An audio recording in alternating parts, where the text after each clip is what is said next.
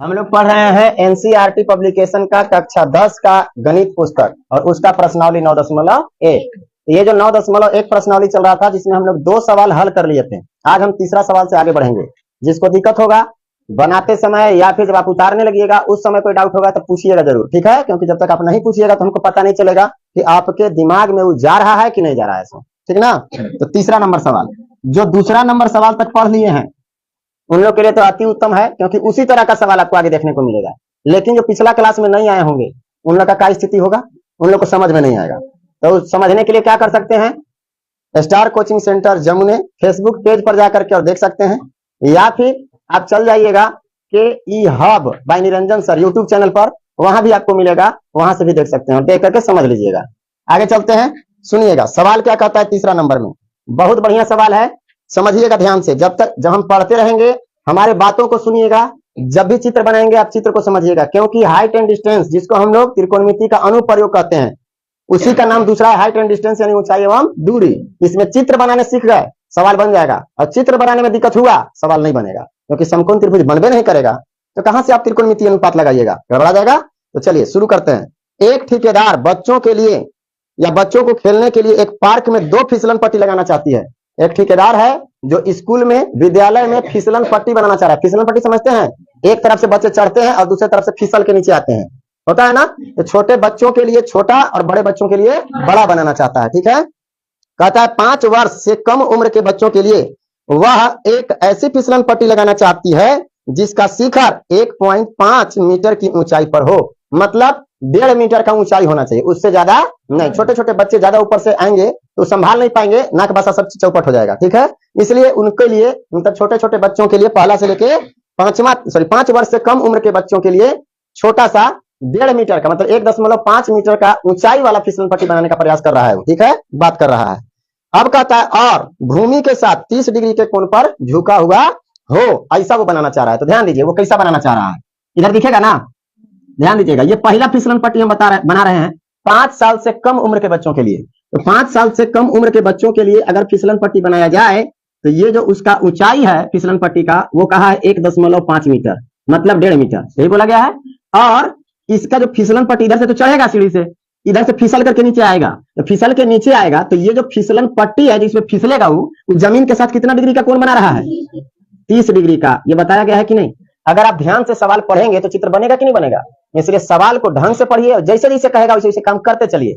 आगे सुनिएगा, फिर कहा जबकि इससे अधिक उम्र के बच्चों के लिए, मतलब 5 वर्ष से अधिक उम्र के बच्चों के लिए 3 मीटर ऊंचाई पर एक अधिक ढाल की फिसलन पट्टी लगाना चाहती है। मतलब ये 1.5 मीटर का था, अगला फिसलन पट्टी जो 5 वर्ष से अधिक वाले या अधिक उम्र वाले बच्चों के लिए जो फिसलन पट्टी बनेगा उसका ऊंचाई कितना होगा, 3 मीटर। इसका दोगुना होगा, 3 मीटर ऊंचाई वाला होगा, ठीक है? आगे क्या कहा, जो भूमि के साथ 60 डिग्री का कोण बनाती है। ये जमीन के साथ कितना डिग्री का कोण बनाएगा, 60 डिग्री का कोण बनाएगा। तो यहाँ आपका जो थीटा का मान आएगा वो कितना हो गया, 60 डिग्री। कोई डाउट है किसी को यहाँ तक? आगे चलिए, प्रत्येक स्थिति में फिसलन पट्टी की लंबाई क्या होनी चाहिए? फिसलन पट्टी की लंबाई चाहिए, फिसलन पट्टी यही ना है, यही ना फिसलेगा, तो इसका भी मान हमको चाहिए और इसका भी मान चाहिए, दोनों का। है आसान, बस देखने में लग रहा है कि इतना बड़ा सवाल है, कुछ नहीं है, बस ध्यान से समझिएगा। अभी तक इसमें जो भी त्रिभुज बना उसका नाम हमको नहीं दिया गया है। यहाँ पे एबीसीडी नाम दिया है क्या? नहीं। यहाँ भी जो फिसलन पट्टी बना उसका नाम दिया है? नहीं, अपना मन से देना है। तो अगर हम 5 वर्ष से कम उम्र के लिए फिसलन पट्टी बना रहे हैं तो वो फिसलन पट्टी का नाम क्या होगा, ABC।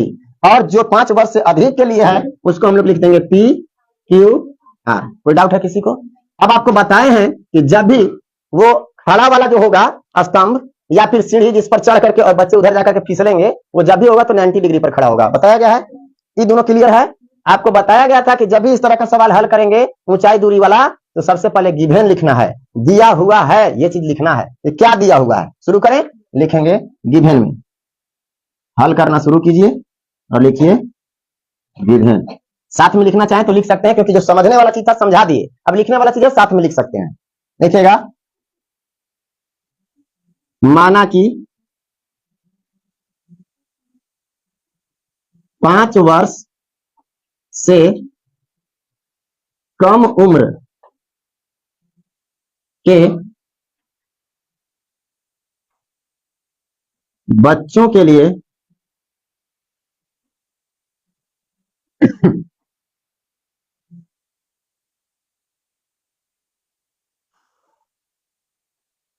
बनाई गई फिसलन पट्टी की ऊंचाई कौन ए बी कितना है 1.5 मीटर है। क्लियर।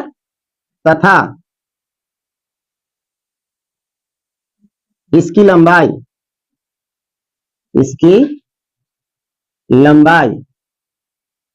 एसी है।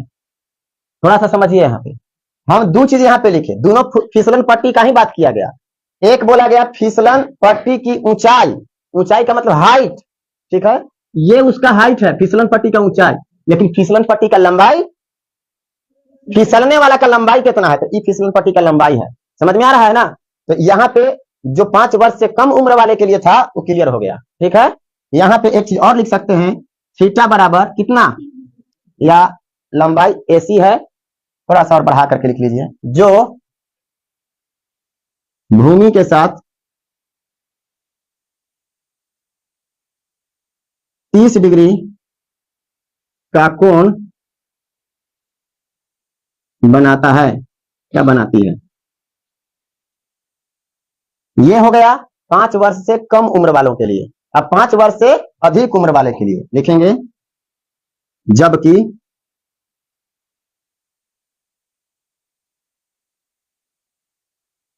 पांच वर्ष से अधिक उम्र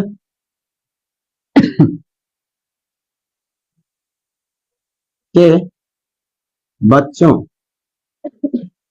दिख रहा है पीछे, थोड़ा छोटा कर दिया क्योंकि जगह कम पड़ रहा है, बच्चों के लिए फिसलन पट्टी की ऊंचाई क्या है प्यारे, PQ कितना है 3 मीटर, तथा इसकी लंबाई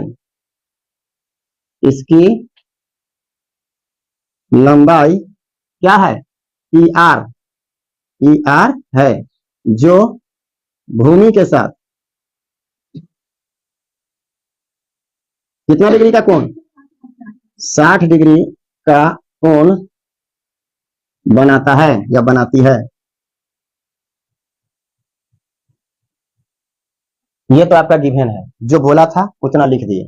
अब हम लोग को हल करना शुरू, जैसे ही यहां तक क्लियर होगा तो हम आपको बताए थे कि इसके बाद जब गिवन लिख लेंगे तो हमको ये ढूंढना है कि समकोण त्रिभुज है कौन कौन और कहां है। तो एक समकोण त्रिभुज यहाँ है, एक समकोण त्रिभुज यहाँ है। सबसे पहले 5 वर्ष से कम उम्र के बच्चों के लिए हम बात करेंगे, क्योंकि उसी का गिवन पहले लिखे हैं। तो थोड़ा सा सोच करके देखिए, हम लोग जो समकोण त्रिभुज लेंगे वो कौन सा लेंगे, ABC लिखें। समकोण त्रिभुज ABC में यहाँ पे लिखेंगे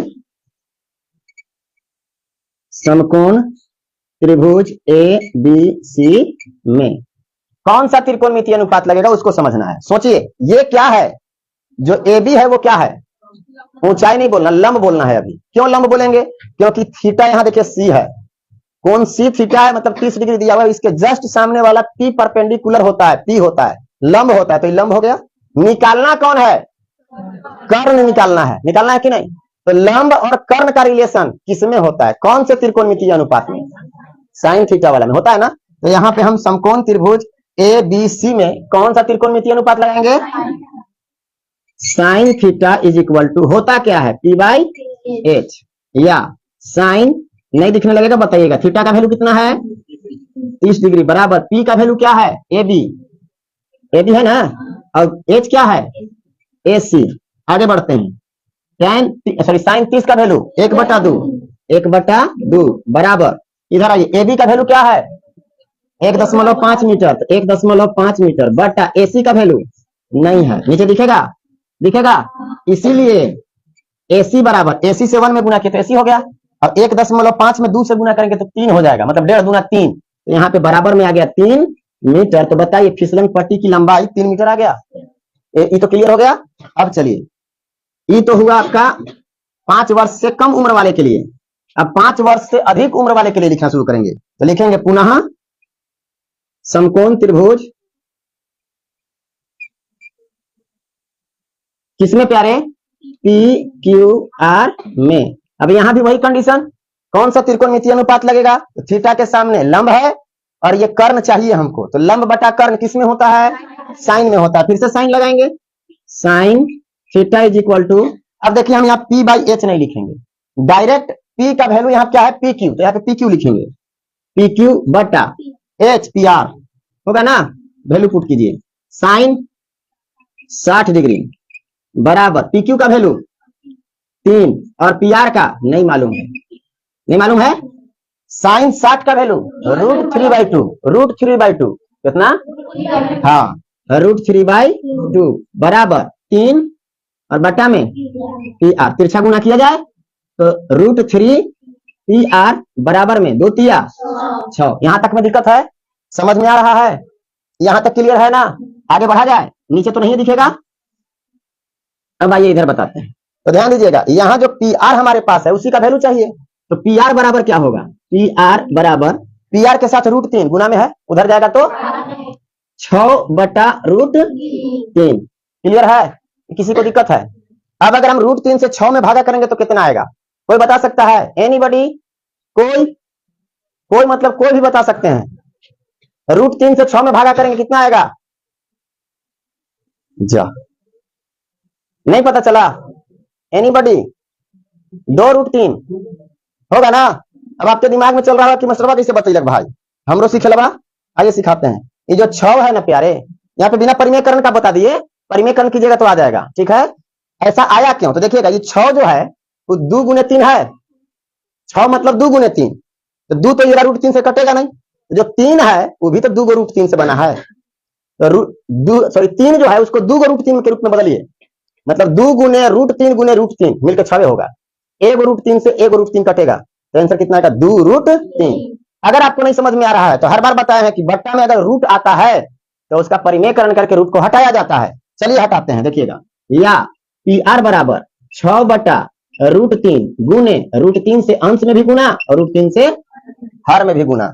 आगे बढ़िए, दिखेगा ना, पी आर बराबर 6 से √3 में गुना तो 6√3 और बट्टा में √3 और √3 गुना होके ओरिजिनल 3 बन जाता है, तो 3 काम और 3 दूनी मतलब 2 √3 आ गया, अंतिम में इधर लिख लीजिए, इसीलिए पी आर बराबर कितना, 2 √3 का मीटर में ना, मीटर में ये आंसर हो गया। लेकिन आंसर इतना लिख करके छोड़िएगा, नंबर कटेगा, तो आप कहे लिखे, हम लिख दिए, अलग भी हम लिखेंगे कहीं, जो लिखना होगा नीचे एक लाइन सिर्फ दिख जाएगा क्या, एकदम नहीं दिखेगा, यहां पे लिख दे रहे हैं तो समझिएगा आंसर कंप्लीट हो गया है। अंतिम में लिखना कैसे है वो आपको समझा रहे हैं, अंतिम में लिखिएगा, अतः, दिख रहा है यहां, अतः 5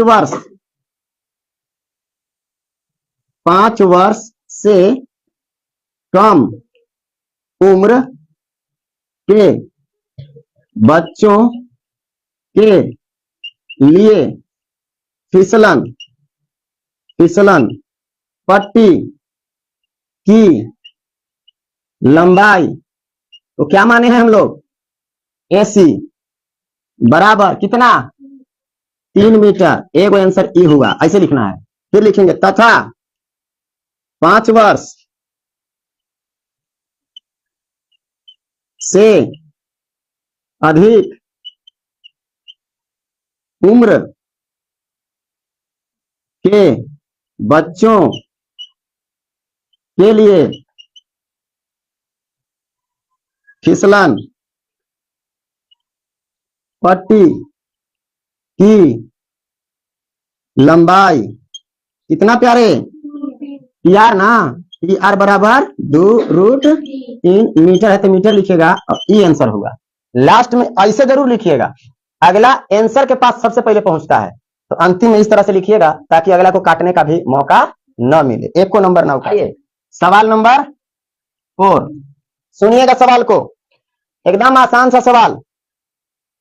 सवाल कहता है भूमि के एक बिंदु से, भूमि के एक, तो मान लीजिए यही हमारा भूमि है, इसके एक बिंदु से, मान लीजिए यही बिंदु से, ठीक है, भूमि के एक बिंदु से जो मीनार के पाद बिंदु से 30 मीटर की दूरी पर है, मीनार के पाद बिंदु से 30 मीटर की दूरी पर है कौन? ये बिंदु।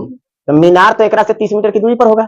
अब सोचिए, हमसे कोई कहा कि हमसे एक लड़का 30 मीटर की दूरी पर है, तो क्या उस लड़का से हम 30 मीटर की दूरी पर नहीं है?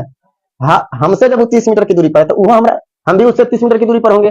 वही चीज यहाँ है। अगर ये बिंदु उस मीनार के पाद बिंदु से, मीनार के पाद बिंदु, पाद ई है, शीर्ष ई है, ठीक है, पाद बिंदु से इस बिंदु के बीच की दूरी कितना दिया हुआ है? 30 मीटर, यही दिया है। मीनार ये है आपका। अब आगे क्या कहा सुनिएगा, 30 मीटर की दूरी पर ये बिंदु है उस मीनार के पाद बिंदु से। आगे सुनिएगा, मीनार के शिखर का उन्नयन कोण 30 डिग्री है। मीनार के शिखर का उन्नयन कोण 30 डिग्री है। हम आपको बताए थे कि उन्नयन अवनमन का होता है। तो उन्नयन का मतलब नीचे से ऊपर देख रहा है कि ऊपर से नीचे देख रहा है? नीचे से ऊपर। जब नीचे से ऊपर देखेगा तभी दृष्टि रेखा के नीचे कोण बनेगा, क्षैतिज रेखा के साथ। तो नीचे बनेगा तो उन्नयन कोण है। मतलब देख कहां से रहा है? यहां से। तो यहां से जब इसके साथ हम एक एंगल बनाएंगे या फिर दोनों को मिलाएंगे, ये दोनों को मिला देंगे, तो मिलाने के बाद यहां जो उन्नयन कोण बन रहा है वो कितना बन रहा है प्यारे? 30 डिग्री। तो ये रहा आपका 30 डिग्री। और कुछ कहा? नहीं कहा। आपसे सिर्फ एक बात कहा कि एक मीनार है जिसका नाम हम दे दे रहे हैं AB, ठीक है। एक मीनार है जिसका नाम AB है, और इस मीनार AB के पाद बिंदु B से एक बिंदु C के बीच की दूरी 30 मीटर है। समझ रहे हैं? और इस मीनार के शिखर का उन्नयन कोण 30 डिग्री है। बस इतने कहा है, एक और तो कुछ नहीं कहा। कुछ निकालने के लिए भी कहा का मीनार की ऊंचाई, यह मीनार की ऊंचाई जो AB है वह आपको निकालने के लिए कह रहा है। कुछ नहीं है, एकदम आपसे पहले लिखेंगे, हल करेंगे तब। इसमें देखिए ABCD नाम दिया हुआ नहीं था, हम लोग अपने से लिखे हैं, तो लिखेंगे माना की। और अगर अपने से नहीं लिखेंगे, ABCD लिखल रहेगा, जैसे पहला नंबर सवाल में पूछा था, तो वहां पे माना की नहीं लिखे थे, हम लोग डायरेक्ट लिखना शुरू किए थे। तो यहां लिखेंगे माना की AB एक मीनार है। हाँ, लिख दीजिए। माना कि AB एक क्या है? मीनार में हर्षिया की देगी पता नहीं। AB एक मीनार है जिसके पाद बिंदु B से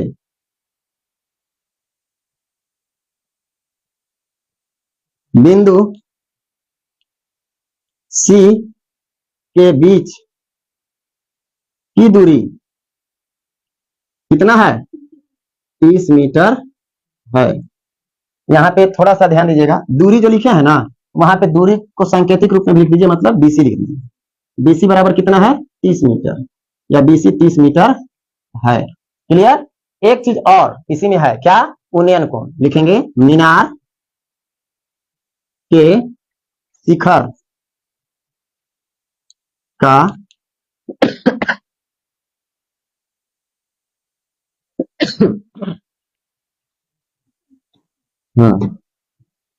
मीनार के शिखर का उन्नयन कोण कितना डिग्री है? 30 डिग्री है। बस यहां तक में तो डाउट नहीं है किसी को? लगा लीजिए। अब कहीं है? एक चीज और, आप लोग में कुछ लोग ऐसे होंगे जिनको ऐसा लग रहा होगा कि सर आपको तो आता है इसलिए ऐसे लिख देते हैं, हमारा यह नहीं समझ में आता है कौन लिखे कौन छोड़े। हो सकता है होगा, तो ज्यादा टेंशन लेने की जरूरत नहीं है। आपको कुछ नहीं करना, हम आपको पहले बताएं कि सिर्फ नाम के लिए इस पॉइंट को लिखना जरूरी है। आपको कुछ नहीं करना, लिखिएगा माना कि AB एक मीनार है, इतना तो लिख सकते हैं। माना कि AB एक मीनार है, BC बराबर 30 मीटर और थीटा बराबर 30 डिग्री। बस इतना तो लिख सकते हैं। इतना लिख दीजिएगा, काम हो जाएगा, पूरा का पूरा नंबर मिलेगा, क्योंकि आप उस पॉइंट को छोड़े नहीं है, इसलिए ध्यान दीजिएगा। नहीं आएगा उसका भी सॉल्यूशन है, लेकिन जब आ रहा है और जब अच्छा से हम लिख सकते हैं तो छोटा मतलब लिखे का प्रयास मत कीजिएगा। अगला को अपने लिखावट से, अपने बनाने के तरीके से अपनी ओर आकर्षित करना है कि वो नंबर काट ना सके, इसलिए प्रयास करना है। ठीक है, चलिए इधर आइए। यहां तक जब गिवन लिख लेते हैं तो हम त्रिभुज में चलते हैं। त्रिभुज का नाम क्या है? ABC। लिखेंगे समकोण त्रिभुज। किसमें? ABC में। कौन सा त्रिकोणमितीय अनुपात लगेगा? tan, क्योंकि लंब और आधार किसमें आता है? tan में। tan थीटा बराबर क्या होगा प्यारे? P बटा B। आगे बढ़िए, tan थीटा की जगह पर 30 डिग्री बराबर पी ए बी और बी बी सी। tan 30 का मान 1/√3 ए बी नहीं है बटा बी सी 30। अभी जैसे मने मने कमा कर रहे थे देखिए आ रहा है, तिरछा तिरछी गुना कीजिए ए बी से √3 में तो √3 ए बी बराबर 30 से कम 30 या ए बी बराबर 30/√3 इधर गुना में था उधर जाएगा तो परिमेयकरण करना होगा ना प्यारे। तो ए बी बराबर 30/√3 यही √3 से ऊपर नीचे गुना √3/√3 ए बी बराबर 30√3 होगा ना, 30 से √3 में गुना करेंगे तो और बट्टा में √3 गुने √3 3 एकम 3 और 3 दहा, इसीलिए ए बी बराबर क्या आ गया प्यारे 10√3। जो हम लोग बनाए 10√3 तो सही बात है आया, मीटर में है ना तो मीटर में लिखेंगे। एक चीज और समझाएंगे अभी, इसको लिख लेते हैं अंतिम में, लास्ट में हम बोले हैं लिखने के लिए। अतः मीनार न था, मीनार की ऊंचाई क्या था ए बी ना, ए बी बराबर कितना 10√3 मीटर आंसर।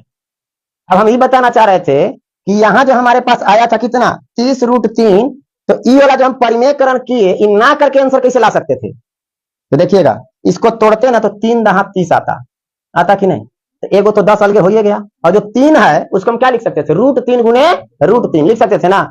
एगो √3 से एगो √3 कट नहीं जाता, एगो √3 बचता और क्या बचता 10 बचता, तो 10√3 आपका यही आंसर हो जाता है। ये ढाढ़ा बनाने से कोई जरूरी नहीं था, आप शॉर्ट में भी यहाँ डायरेक्ट ए बी बराबर 10√3 लिख दीजिएगा, कोई काटने वाला नहीं है। समझ में आया। तो इससे बचने के लिए इतना, अगर आपके पास कभी कभी ऐसा होता है कि एक बार सवाल बनाए गलती हो गया, अब आपके पास जगह का कमी हो गया और जगह का कमी हो गया तो इतना जो जगह घेरेगा उससे बचत करने के लिए आप यहाँ पे काम कर सकते हैं लाइन में। तो इस चीज को ध्यान में रखिएगा। उतार लीजिए 5वां नंबर सवाल।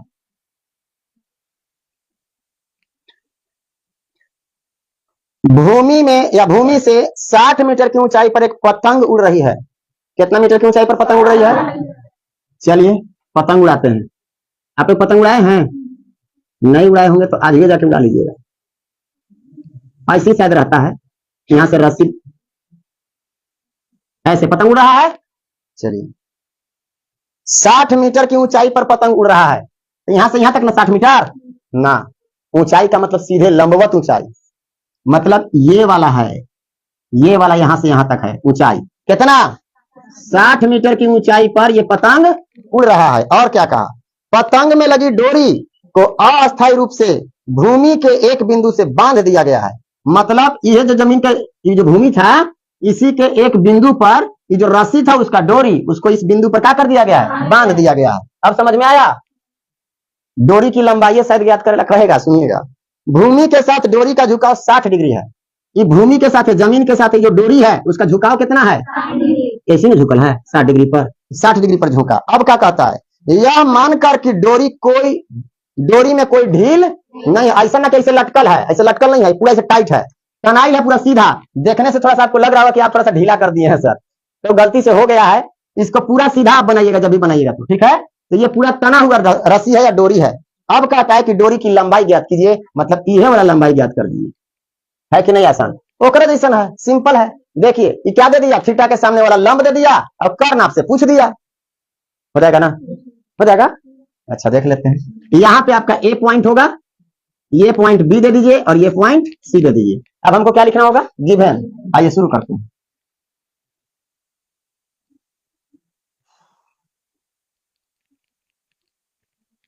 माना कि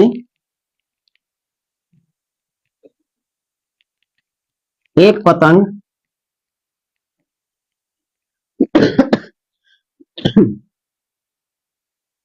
भूमि से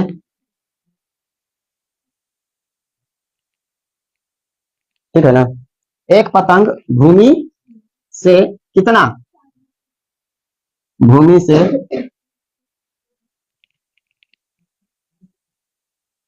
कैसे लिखे हैं, भूमि से 60 मीटर की ऊंचाई पर उड़ रही है। और क्या, पतंग की डोरी, पतंग की डोरी का भूमि के साथ क्या क्या झुकाव कितना है 60 डिग्री है। बस हो गया। अंतिम एक चीज और लिख सकते हैं, डोरी की लंबाई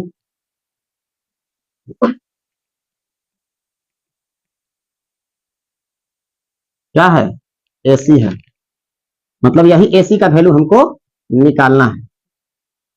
यहां तक में किसी को डाउट है? बनेगा? कौन से समकोण त्रिभुज में चलेंगे बताइए तो, कौन समकोण त्रिभुज में चलेंगे? बैठे बैठे बोल रहा, कोई दिक्कत नहीं है। कोई समकोण त्रिभुज आपको दिख रहा है? समकोण त्रिभुज ABC में चलेंगे। यहां पे लिखेंगे समकोण त्रिभुज